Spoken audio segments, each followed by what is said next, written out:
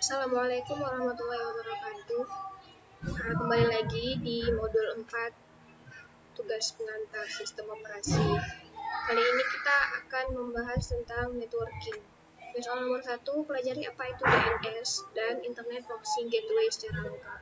Ini saya sudah menyiapkan bahannya. Jadi DNS adalah singkatan dari Domain Name System. DNS itu adalah nama sebuah sistem database yang dibuat untuk memenuhi kebutuhan komputer, layanan, atau sumber daya terhubung ke jaringan internet atau jaringan komputer pribadi. Fungsi DNS di sini adalah untuk menerjemahkan domain, di mana domain itu contohnya seperti www.google.com menjadi IP address. Jadi yang diingat sama komputer itu IP address-nya, sedangkan kita manusia daripada mengingat IP address yang notabene berupa angka, lebih mudah untuk mengingat yang berupa kata-kata. Jadi disitulah fungsi dan kegunaan dari si DNS itu sendiri. Selanjutnya untuk Internet Proxy Gateway sendiri, dia adalah komputer server atau program komputer yang dapat bertindak sebagai komputer lainnya untuk melakukan request terhadap konten dari internet atau intranet. Dia bertindak sebagai gateway, jadi dia fungsinya di sini tuh kayak gerbang terhadap dunia internet yang untuk setiap komputer si klien ini. Jadi ntar web servernya menerima request dari proxy server dan menginterpretasikan request tersebut seolah request itu datang secara langsung dari komputer klien, bukan dari proxy server. Dia ada beberapa fungsi utama seperti connecting sharing, filtering, dan caching. Seperti itu ini. Dan ada juga beberapa proxy yang ada firewall-nya.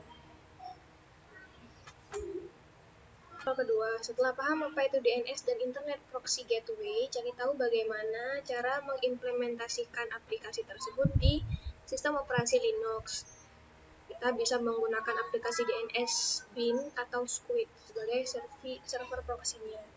Ini contoh perintahnya. Pertama kita buka terminal di Linux, kemudian kita ketikkan perintah su untuk masuk ke mode root.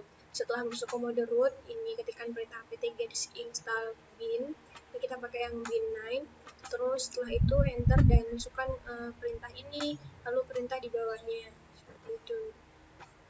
Soal selanjutnya, coba jelaskan apa itu Squid, cara kerjanya, serta bagaimana digunakannya. Di sini kita akan berkenalan dengan Squid. Yang jelas Squid di sini tuh bukan cumi-cumi. Squid adalah sebuah daemon yang digunakan sebagai proxy server dan web cache. Dia tuh ada banyak jenis penggunaannya. Dia bisa mempercepat server web dengan melakukan caching permintaan yang berulang-ulang, caching DNS, caching situs web, dan caching pencarian komputer dalam jaringan itu sekelompok komputer yang menggunakan sumber daya jaringan yang sama, hingga pada membantu keamanan dengan cara melakukan penyaringan atau filter lalu lintas. Biasanya itu seringnya Squid ini digunakan untuk protokol HTTP dan FTP.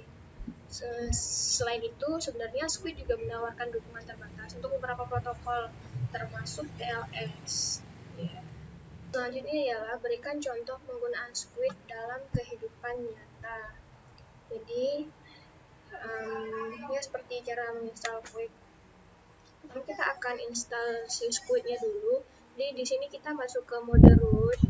Sini, lalu apt-get minf install.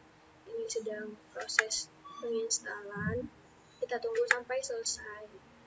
Lalu selanjutnya, kalau misalnya Squid-nya udah terinstall, kita ketikkan perintah ini untuk memulai si Squid itu, service Squid start. Selanjutnya, untuk masuk ke directory Squid, kita ketikkan perintah ini.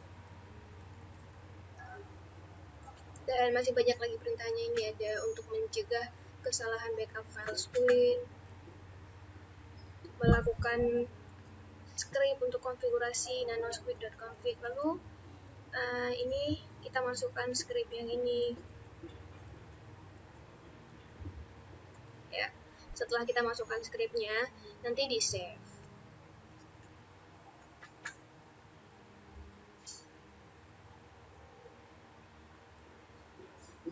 Kalau kita mau buat yang untuk blokirannya, pakai yang ini, squidblocker.txt. Lalu masukkan daftar situs yang ingin diblokir, seperti contohnya itu Twitter sama Facebook. Ya, lalu di save. Seperti itu. Untuk konfigurasi firewall-nya, ini menggunakan perintah ini.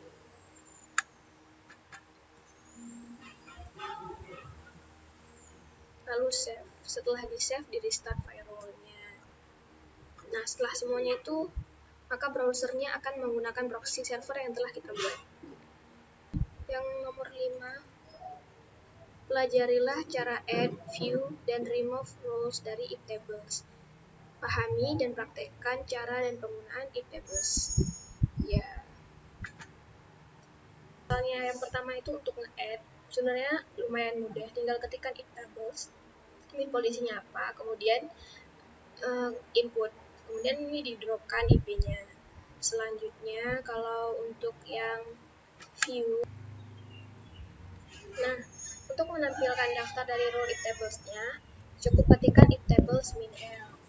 Dan yang terakhir itu remove roles dari iptables. Untuk menghapus role yang telah dikonfigurasi, ketikkan iptables -l. Seperti itu. Ya, sudah selesai TP4 kali ini. Selamat berjumpa di kesempatan yang lain. Wassalamualaikum warahmatullahi wabarakatuh.